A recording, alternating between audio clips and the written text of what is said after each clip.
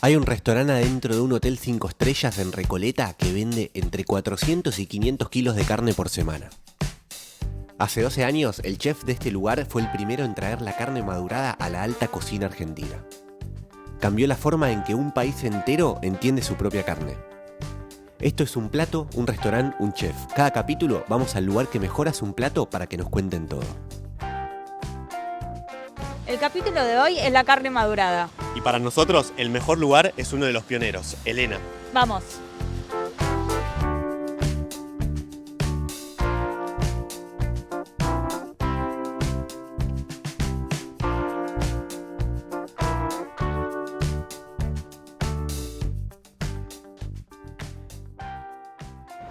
¿Cómo andan? Gracias, Juan. ¿Todo bien? Bienvenidos. Gracias. Justo. Un placer tenerlos. Bueno, contanos un poquitito de tu historia, que tenemos entendido que no venís de la gastronomía. No, era un perdido más de los gastronómicos que encontró el camino al final, vio la luz. ¿Qué estudiaste? Yo estudié electrónica. Ah, pero estabas bien. Sí. Estaba bien. No, súper bien. Soy técnico en electrónica y dije, bueno, me gusta la tecnología, es lo mío, voy, UTN, Ingeniería en Sistemas. Nada que ¿Te ver. recibiste? No, el peor alumno de la UTN.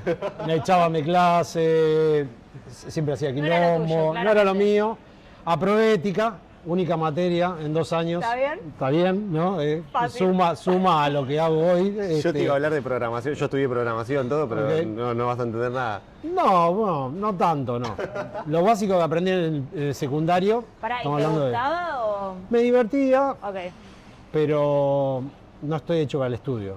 Pará, ¿y en qué momento la gastronomía tuvo...? En realidad soy un buen comedor. Somos una familia que come muy bien desde muy chiquito. Los Gafuri, las reuniones son alrededor de una mesa desde que nací, diría. Y de alguna manera mi abuela paterna, Dolores, era una gran cocinera. Era una gran cocinera de hogar. ¿Descendente de dónde? Y ella era vascos, pero tenía también un poco de influencia italiana. Qué rico. Así que sí, todo perfecto. Todo bueno. Y todo familia bueno. numerosa, me imagino. Numerosos. Nosotros somos 4 hermanos, tengo 3 hermanas. Cada uno tiene también. Yo soy de Rosario, así que todo lo que era fiestas y demás íbamos a pasar allá. ¿Hincha de? Rosario Central, el mejor. No pongas cara, no pongas cara. No dije nada. Y bueno, esas reuniones familiares son mi memoria, mi recuerdo y demás, donde mi abuela o mis tías, abuelas hacían la pasta, especialmente en Navidad, por ejemplo, ¿no? Tradiciones como el capelletti in brodo, en pleno verano, que no Sí, es lo bueno. natural en Italia, pero sudando nos tomábamos nuestro capelletti y estaba hecho en casa y todo. Entonces, todas esas memorias siempre creo que fueron puntapié o me abrieron un poco la idea. Claro. Después con mi abuela veía todos los programas de televisión que habían, El Gato Dumas, Arguiñano, todos lo veíamos juntos. Ella era amante de Arguiñano, ¿no? De esa cocina simple, empezaba por un sofrito, ella todo era a través de un sofrito con pimentón y demás. Y bueno, estaba ahí, pero no lo veía como mi modo de vida, mi medio de vida, Claro. digamos. Y la realidad es que yo creo que mis viejos me veían muy perdido.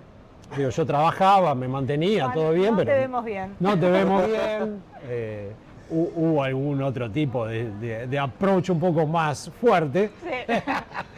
Un Y- correctivo. Un correctivo, que bueno, que es muy positivo, digo, gracias a todo eso Claro. descubrí cuál era mi vocación.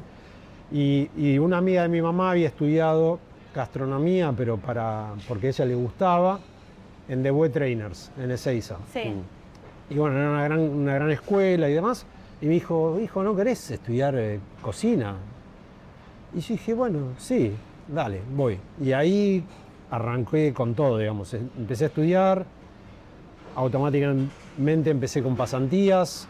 ¿Te acordás tu primer pasantía? Sí, mi primera pasantía fue en el Hotel Libertador. Ah, en hotel directo. Sí, en esa época era Kempinski Libertador.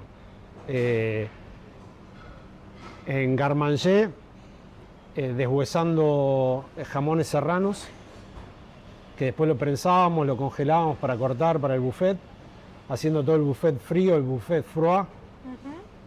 Después me pasaron un poquito a caliente, ¿no? Donde hacía papas noisette, papas españolas, papas bastón, papas pie y una freidora que mezclaba agua con aceite, que hoy es raro de ver, y ahí premarcábamos las papas. ¿Y siempre hotel? No, después de eso tuve la suerte de participar como pasante de la reapertura del Club Español, el que está en Bernardo de Irigoyen. Se rehizo todo el espacio, se hizo una restauración del edificio, porque es como un edificio histórico increíble. Y había un chef ejecutivo vasco y un subchef ejecutivo. Y se abrió con todo, y bueno, ahí fui y también hice mis pasantías. Hice minuta también en el Ministerio de Economía, ahí sobre Diagonal Norte creo que es, en un subsuelo, hay como un comedor grande, donde hacíamos delivery y demás, 300 cubiertos al mediodía, y en esa época se llamaba pasta fileto, pollo deshuesado con purés de calabaza. Entonces el trabajo era deshuesar los cajones de pollo, como venían, cortar las calabazas al medio y hornear para hacer el puré, o sea, todo lo básico. Claro.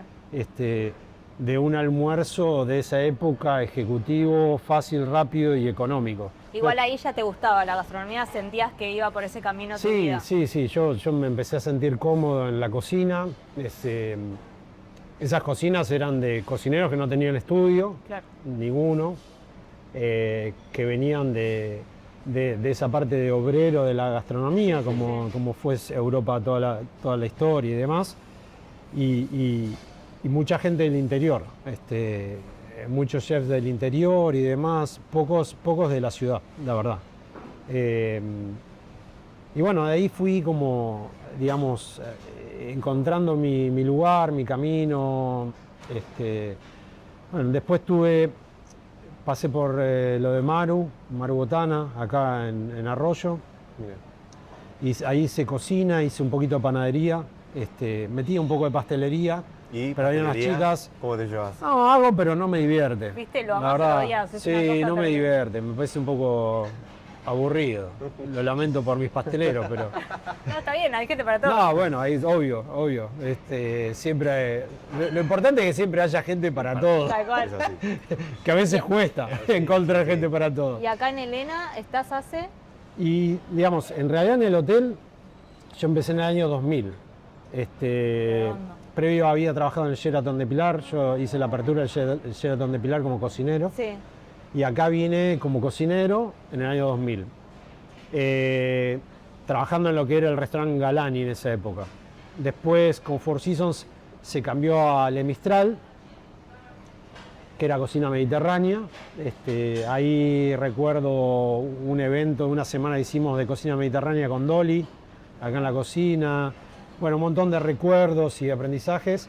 Entré acá gracias a un amigo de gastronomía, de estudio, que él ya trabajaba acá. Y era el Disney de la gastronomía en esa época. En el año 2000 esta era la escuela de todos, era el lugar per se de la alta gastronomía. Entonces para mí era un sueño.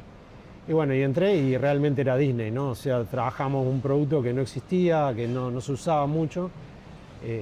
Y que al día de hoy, a lo mejor hoy no volvió. Porque hubo una época de auge muy fuerte en los 90, principios de los 2000 en la Argentina de producto, no solo importado, también local. O sea, acá se producía foie gras, se producía pato mular, de todo. Ruibarbo, nosotros hacíamos compota de ruibarbo en el desayuno, que hoy es difícil de conseguir. Todos productos que hoy están de vuelta en el país y que se vuelven a producir en el país gracias al trabajo de muchos cocineros, en esa época era normal. Claro. Traíamos langosta de afuera, de Canadá, o sea, era otro mundo. Era de otro mundo. ¿Y trabajaste afuera también? Bueno, año 2005, ya con Four Seasons, yo era chef de partie y Ashley James era el chef ejecutivo acá, un inglés. me empezó a pinchar un poquito con la idea de que fuera a vivir afuera. En esos años previos yo había encontrado a mi amor acá, Lupe, mi mujer, en el Paz. Ella estaba en el salón, yo en la cocina, o sea, entre insultos, gritos y demás, surgió el amor. Ese amor se concretó con nuestra boda acá, en el año 2005, nos casamos en la mansión, hicimos la fiesta en la mansión. Divino. No, mi historia es una historia de cuentos. Claro. Y en el año 2005 ahí Ashley me empezó a pinchar diciendo, bueno, estaría bueno que tengas una experiencia afuera y demás. Y ahí se dio una oportunidad en San Diego, en California, Real Norte de San Diego, en Carlsbad, es a 40 minutos de downtown San Diego, en donde había un Four Seasons Naviera, y había abierto una posición de Cook One, que era lo mismo que hacía yo acá. Y bueno, apostamos, nos fuimos. Lupe no podía trabajar allá por tema de visas. Papeles. La visa era una visa de trainee, de 1 año y medio, una J1. Y bueno, fuimos para allá, toda una experiencia. Empecé en room service, hacíamos un sábado a la noche 250 hamburguesas. No. Sí, muy distinto todo. Año 2005. Todo lo que es el butcher, todo lo que es la carnicería ya venía envasada. O sea, Estados Unidos tiene muchos años de pedir el New York Strip, bone-in de tantas onzas y que venga envasado individual. Esto está de los años 90 en Estados Unidos. Al día de hoy en la Argentina, recién ahora se empieza a ver un poco, pero todavía no es tan fuerte, digamos. Y bueno, mi mentora, Rebecca Selley, quien había sido mi directora de F&B acá, de alimentos y bebidas, estaba en Punta Mita, ella como hotel manager, ese era el número 2 del hotel. Sí. Y yo la llamé, le digo, mirá, Rebeca, se me está terminando la visa, estoy viendo a ver qué. Y ella me dice, mira, Juan, estamos haciendo un restaurante de parrilla de mar, acá en Punta Mita, en México, costa del Pacífico, Tremendo. al norte de Puerto Vallarta, 1 hora de Puerto Vallarta. Y me dice, y sería genial que vengas como su chef. Así que se dio todo, fui, ahí conocí a Hervé Fouillot, que es mi amigo hoy, que era el chef ejecutivo de Punta Mita, un francés ¿Y loco. ahí estuviste en México? En México estuve 3 años y medio. Ah, le tomaste 3 gustito a años. vivir afuera. Sí, Ya no sí, quería volver. no teníamos pensado en volver. Claro. O sea, era lo que venía y también era un poco mi crecimiento y demás. Claro. Ahí de su chef pasé a restaurant chef, como que seguía ascendiendo. Ya de Estados Unidos a México fui con un ascenso. Abrimos esta parrilla frente al mar, sobre la playa, Divino. alucinante. Veía las ballenas, veía los delfines, todo adelante nuestro. Qué lindo. El producto de mar, aprendí a trabajar mucho el producto de mar, con el fuego, que no hay tanta tradición acá, me parece. Todavía no, empieza a haber un poquito más, pero no es tan fuerte. Entonces a tratar y cuidar el pescado en la cocción, el tiempo relajado final, como en una carne vacuna, es exactamente lo mismo en el pescado, queda mucho más suave, mucho más jugoso. Y bueno, todo eso fueron herramientas también para mi crecimiento, y ahí la poca carne que servíamos, hacíamos dry age. Pero no la hacíamos in-house. Había un loco texano que vivía en un pueblito que se llama Bucerías, a 25 minutos del hotel, del Four Seasons de Punta Mita. Y el tipo tenía una carnicería, y con Hervé empezamos a trabajar con él, y él hacía maduración de carne, nos hacía también la demi-glace y otros productos que lo hacía él, y nos la mandaba envasados. Y bueno, y ahí también empecé, obviamente en Estados Unidos cuando yo viví, el dry age ya existía, y lo veía en los steakhouse y demás, pero bueno, ahí como que lo viví más de cerca también, ¿no? Y bueno, llegó un momento que yo quería seguir creciendo, ahí no había oportunidad porque no estaba la posición de Executive Sous Chef, que sería el número 2 de la cocina, y empecé a buscar destino. Primer posibilidad apliqué en Singapur. Después, en el correr de entrevistas y demás, me dijeron que al final la posición pasaba a ser restaurant chef, y yo ya lo era y quería ascender. Decidí no ir, y apareció Sharm el Sheikh, en Egipto. Bueno, En cambio, su chef ejecutivo acepté la ¿Qué lugar lugar ese? Yo apliqué, estuve hace muchos años. alucinante. Impresionante, Lugar divino. alucinante. O sea, yo viví el paraíso sin haber visto la luz antes. No, es una locura ese lugar. Yo viví el paraíso antes de ver la luz. ¿Y ahí Es el Egipto? mejor lugar de buceo del mundo. En Egipto estuve 2 años. En Egipto estaba como número de en cocina, pero cuando yo llegué no había chef, así que estuve más de 10 meses solo administrando la cocina, una cocina de 4 restaurantes, 3 bares. Hablabas en inglés. Hablábamos en inglés. Árabe nada. Sí, no. Y de Bueno, ahí fue de toda una Egipto- experiencia. En Egipto vivimos una experiencia complicada. Mi mujer ya embarazada de Nacho, de nuestro primer hijo.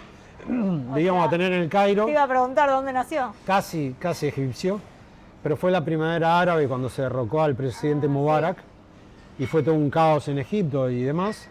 Y bueno, como el destino está de alguna manera marcado, en este hotel había un nuevo dueño, el señor Ali Al-Wardi, el actual dueño del hotel, que lo compró a finales del 2010. Hubo un llamado del más allá. El llamado del más allá venía de Buenos Aires y quien estaba, la voz detrás era Rebecca Selley, quien estaba como gerenta general en ese momento, y me dice, mira, hay un nuevo dueño en el hotel que tiene muchas ganas de hacer un gran cambio en el hotel, renovar todo, con una impronta muy fuerte en alimentos y bebidas, y vos sos la persona para hacer eso. Yendo. Chef ejecutivo, ascenso y demás, y dije, bueno, obvio, vamos. Así que Lupe vino con 7 meses de embarazo para Buenos Aires, yo me quedé un mes más cerrando todo allá, y yo vine un mes antes de que naciera Nacho. Y bueno, y ahí empezó todo, o sea, empecé a trabajar con Luis Barcos en lo que es la maduración. Él estaba también en ese proceso y maduraba en Rosario, en el frigorífico Matievich. Él ya había metido lo que es la raza Wagyu en esa época, entonces, bueno, me conocí con él, no sé cómo llegué. Bueno, él en realidad estaba buscando una cocina que le interesara el Wagyu y que le interesara el Dry Age. Y en ese momento la visión era un hotel 5 estrellas, Claro. de dónde meter algo así. Sí. Y bueno, empezábamos juntos y demás, pero la realidad es que los costos eran muy altos y lo veía poco factible como... Y además nadie hablaba de eso. No, nadie hablaba de eso, nadie hablaba de consideraba eso. que era necesario ni No. que... Nosotros empezábamos a vender en Le Mistral, porque todavía estaba Le Mistral cuando yo vine, un poquito de carne madurada, muy poquito. Y bueno, empezamos a trabajar en el desarrollo de lo que es hoy Elena, Pony Line y Nuestro Secreto, todo el cero. O sea, yo llegué para empezar a trabajar con todo el equipo acá, con Rebeca, Juan Carlos, Gabriel, en la parte de marketing y demás. Y ahí empezamos a trabajar en esto. Teníamos claro que necesitábamos tener un restaurante con cultura local, con cocina porteña, Eso te iba a y ahí preguntar. surgió Elena. Y yo decía, bueno, cocina porteña es una influencia, ¿no?, de inmigrantes, Sí. con esa impronta tan fuerte de la carne. Y yo dije, bueno, vamos a ir con la carne, pero vamos a ir con un plus a la carne argentina, que es el core de nuestra cultura. Y ahí dije, vamos a hacer dry age, vamos a hacer maduración de carne. De nuevo, no se escuchaba, no se sabía lo que era. Es muy loco porque tu historia, tanto, o sea, personal como profesional, conecta absolutamente todo. Todo. O sea, lo de la carne, tu familia, Tal cual. vasca, Terrible. italiana. Sí. Y Y la pasión, yo soy un carnívoro nato, o sea, yo soy de esos que cuando mi vieja no me ponía una costeleta, que se llamaba en esa época, y era una suela de zapato comida. seca, no era una comida completa. Claro, me falta la proteína. Falta la proteína. no, y también la parte de tecnología se conecta, porque en la Totalmente. maduración y ya metiéndonos como más en lo técnico. Sí. O sea, ¿cómo armaron ustedes la cámara y qué variables son las que ustedes controlan? ¿Cómo es el proceso? ¿Cuántos días? Bueno, ahí empezamos, o sea, las variables son 3 principalmente. Temperatura, que es algo básico, que en realidad ahí no hay ciencia, es temperatura de mantenimiento de una carne. La lógica es de 1 a 4 grados máximo, digamos. Una carne roja no puede estar a más de 4 grados. Menos de 0 grados tampoco es bueno porque, digamos, frena todo el proceso de maduración. Claro. En la parte de lo que son las levaduras y enzimas que trabajan dentro del proceso de tiernización, porque el fin inicial es la tiernización. Después está el flujo de aire. El flujo de aire también es importante porque se tiene que secar la pieza por fuera para que la evolución de esas bacterias y levaduras sea controlada y no lleguen a un nivel de de pudrir la carne, digamos. Claro. Y después la humedad aporta un poco esta parte y un poco las mermas. A menos humedad va a tener mayor merma, hay una tendencia a que extraiga más humedad de la carne y a más humedad tiende a que se pueda llegar a pudrir la carne. Entonces bueno, hay que llegar en ese balance. En esa época acá no se podía importar nada, así que creamos nuestro propio sistema. Entonces, adaptamos una cámara. La primera cámara medía, nos llevaba 10 metros cuadrados. 9 metros cuadrados.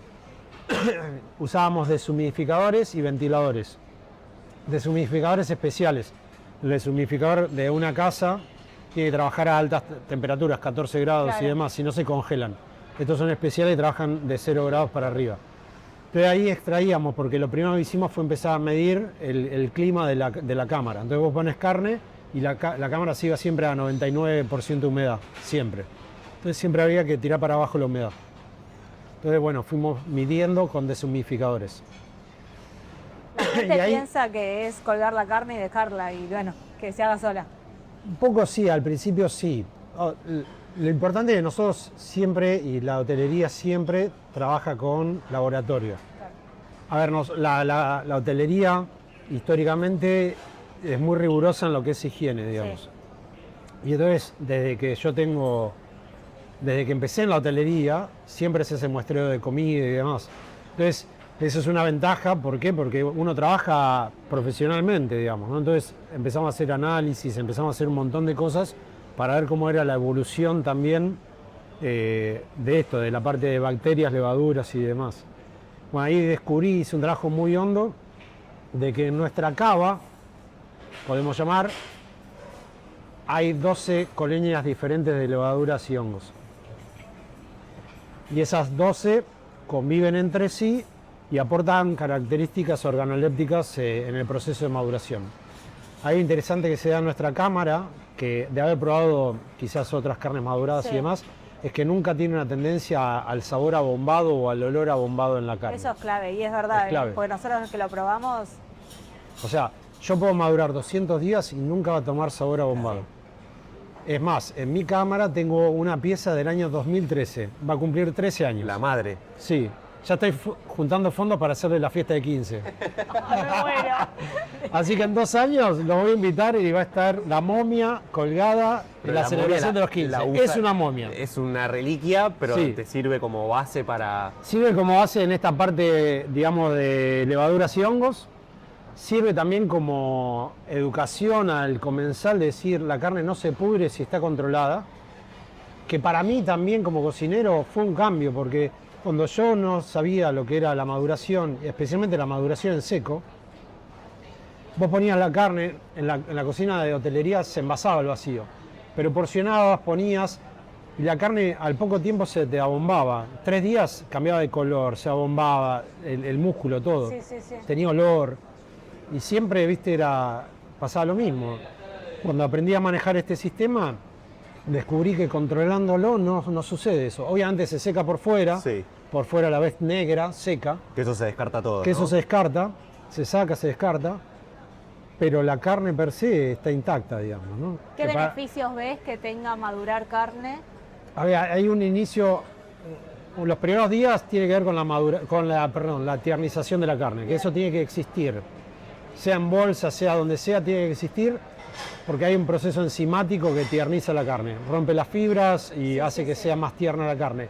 Siempre empezando un producto de calidad. Y cuando digo producto de calidad es un animal con una matanza correcta, donde no hay sufrimiento y demás, porque si no el estrés del animal genera mala calidad en carne. ¿Y cuánto tiempo necesitas para que empiece a ternizarse? Y a un mínimo de 14 días para mí es bastante necesario. Para mí es necesario. Y siempre trabajan vacas grandes, Animales piezas grandes, sí, sí. Todo comenzó con animales de 450 kilos, 480 kilos. Hoy nuestra evolución desde hace más de 4 años es apostar a animales más pesados, con más edad, con mucha más pastura, por un tema de sabor, digamos, de ese recuerdo de la infancia y demás. Y bueno, hoy ya venimos trabajando con animales Angus de más de 1 tonelada en pie, Terrible. vacas Holando, vacas Angus, Shorton también. Y todo tendiente a animales de 700 a 1000 kilos. Seguimos teniendo todavía animales con grano de 480 kilos, pero estamos apostando a ese tipo de animal que cuando uno lo come realmente le explota en la boca. Digamos. ¿Trabajan con un único proveedor? No, trabajamos con tres. Tres. Sí. Al inicio empezamos a trabajar con productores directos, muy difícil en Argentina, todo el proceso. Hay muy pocos productores que tienen, digamos, una espalda para poder tener todo el proceso, desde el campo Sí. hasta la bolsa o el corte, digamos, ¿no? Como Estados Unidos. Estados Unidos, la propia finca es frigorífico y vende directo con su Claro. marca. Acá en Argentina no es tan común, es muy difícil de encontrar. Entonces, bueno, empezamos a trabajar. Sí, para mí, digamos, desde que yo llegué acá es un trabajo en conjunto con productores, con colegas. Lo que sí hice desde que llegué acá es abrir las puertas de mi cocina. Y esa apertura para mí también hizo masificar la maduración de carnes en la Argentina. Y yo lo veía como algo positivo, yo nunca fui celoso de eso. O sea, a la cámara entraron dueños de frigoríficos, dueños de restaurantes, productores. Eso es de estar seguro de lo que vos haces. El que no está seguro no muestra el secreto. No, pero para mí el secreto no está por ahí. El secreto está, primero, en la consistencia, ser consistentes, ser técnicamente prolijos y ser apasionados al final, ¿no? Y también nos ayudó a ser pioneros. A mí me está dando un poquito de hambre, porque aparte tenemos el No, tartar bueno, ahí. hay Tenemos una tartar, frisada, ¿no? tenemos sí, unos arancini de arroz ¿Cuánto negro. tiempo te gusta a vos mantenerlo en cámara? ¿Cuál es el tiempo que decís acá? No, ahí depende de Corte, cada ¿no? animal, del peso, de la cantidad de grasa. O sea que es muy técnico, Es muy muy a técnico. ojo, no hay 45 días. No, es como un queso, es como... ¿Está bien? Esto es de carne madurada. El picor que tiene es espectacular. Sí, bueno, hacemos nuestra eso es propia México. salsa Eso es picante y México. todo. Ahí está, está México.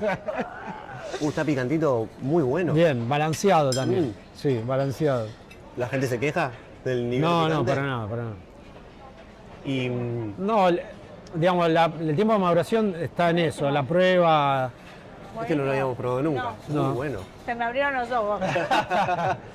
Muy bueno. Este es el nuevo camino, el nuevo menú con el que estamos saliendo ahora, esta semana, en donde también hacemos una pequeña experiencia, donde ponemos algunas cosas al medio, algún platito así individual, como para que puedas vivir un poco... La mesa Gafuri. La mesa Gafuri, exacto. Exacto, con esa Pará, y familia. Gafuri, si viene a comer a Elena, ¿qué se pide? ¿Qué no puede faltar? A ver, es muy difícil que le escape a la carne. Bueno, obvio. Aunque, por ejemplo, el pulpo es el producto de mi infancia. Mi abuela cocinaba Qué buena pulpo. infancia. Sí. Tranqui. Yo nuggets. Igualita. No, no. Filé de merluza. Claro. No, yo comía perdices, No, ranas, pulpo, con 6 años, ¿eh? Claro, entonces Sí. ya te abre.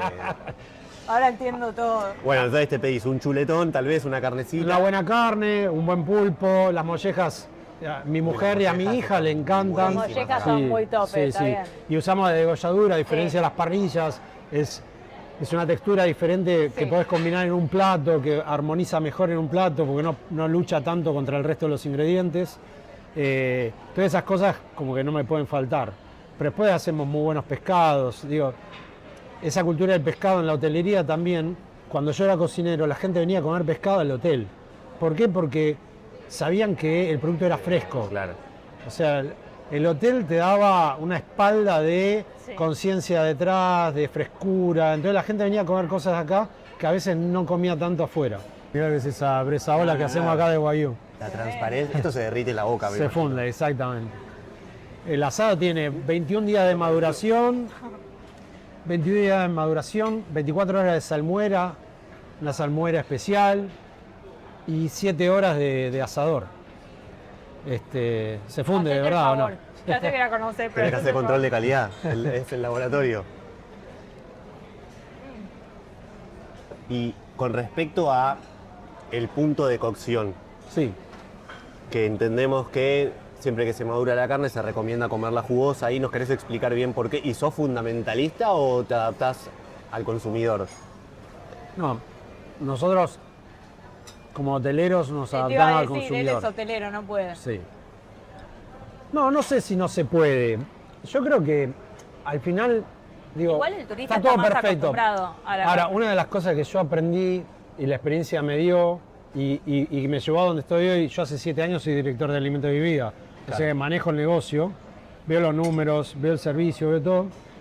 Aprendí y entendí que mi idea de cocinero fundamentalista estaba equivocada. Yo antes cocinaba para mí, hoy cocino para mi comensal. Que al final sin comensal no hay forma de Bien. disfrutar de la vida trabajando Sí. de esto, no hay forma. Entonces, el fundamentalismo Ah, y me a parece ¿cómo le explicás? pierde Mirá en el que camino. no va a estar tan tierno la carne. Una cosa es recomendar, Claro. cómo lo comería yo, cómo creo que es la mejor manera. Ahora después me adapto a cómo lo querés. Claro.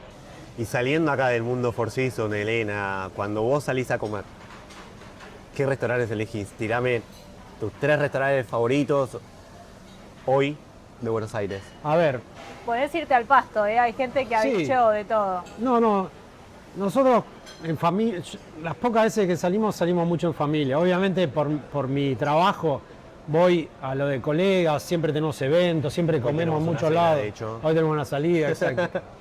¿Esto qué? Pero cuando queremos comer carne, muchas veces vamos al Pobre Luis. Uy, bien. Por el Luis. Sí. Muy bueno. Y ahí vamos y pedimos el chorizo, que es en rueda, pedimos la molleja, pedimos proboleta y a mí me encanta el lomo con hueso.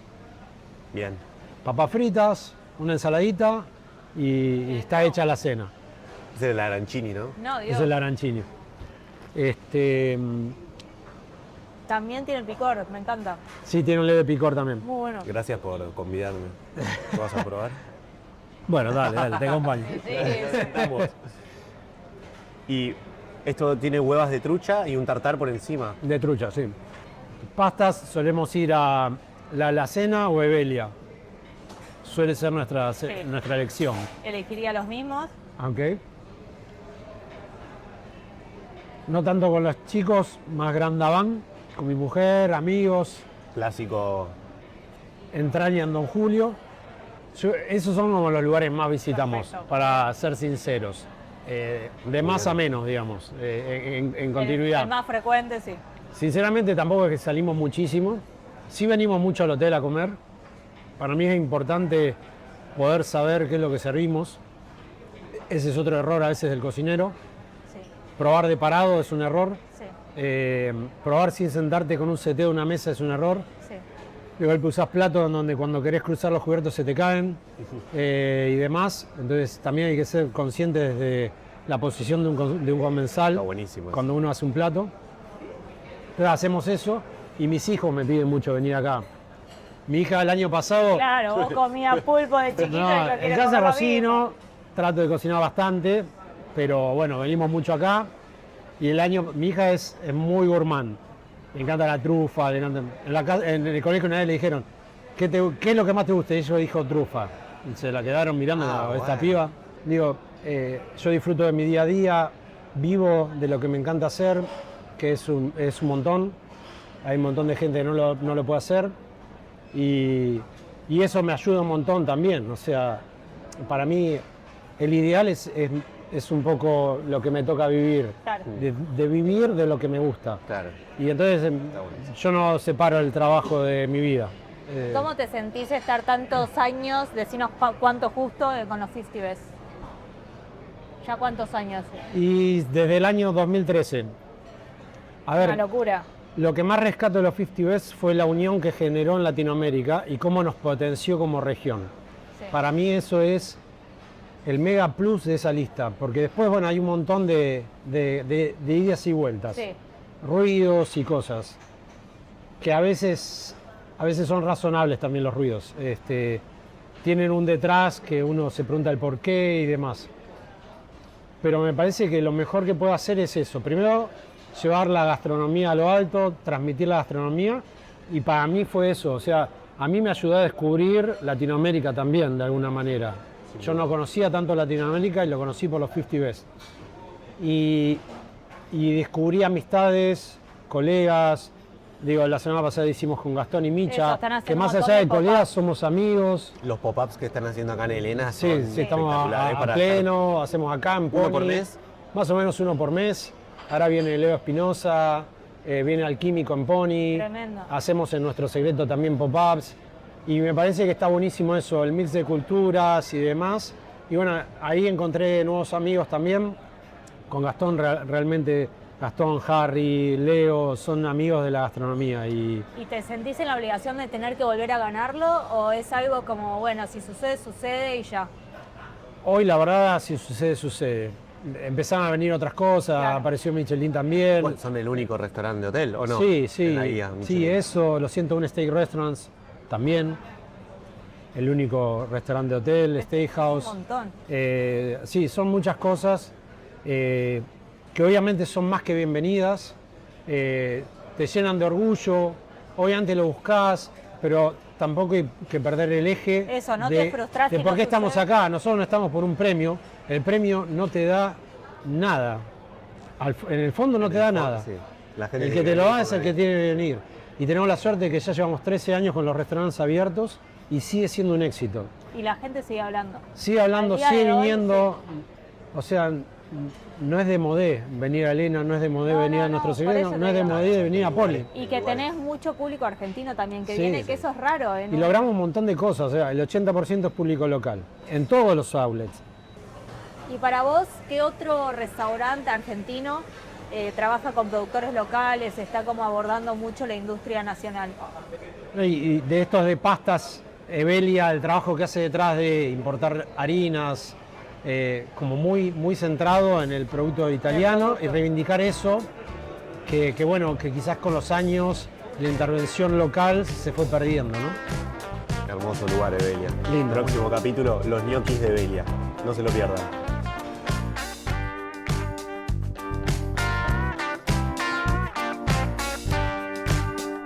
Esto fue Un Plato, un restaurante, un chef. Nos vemos en el próximo capítulo con las pastas de Belia.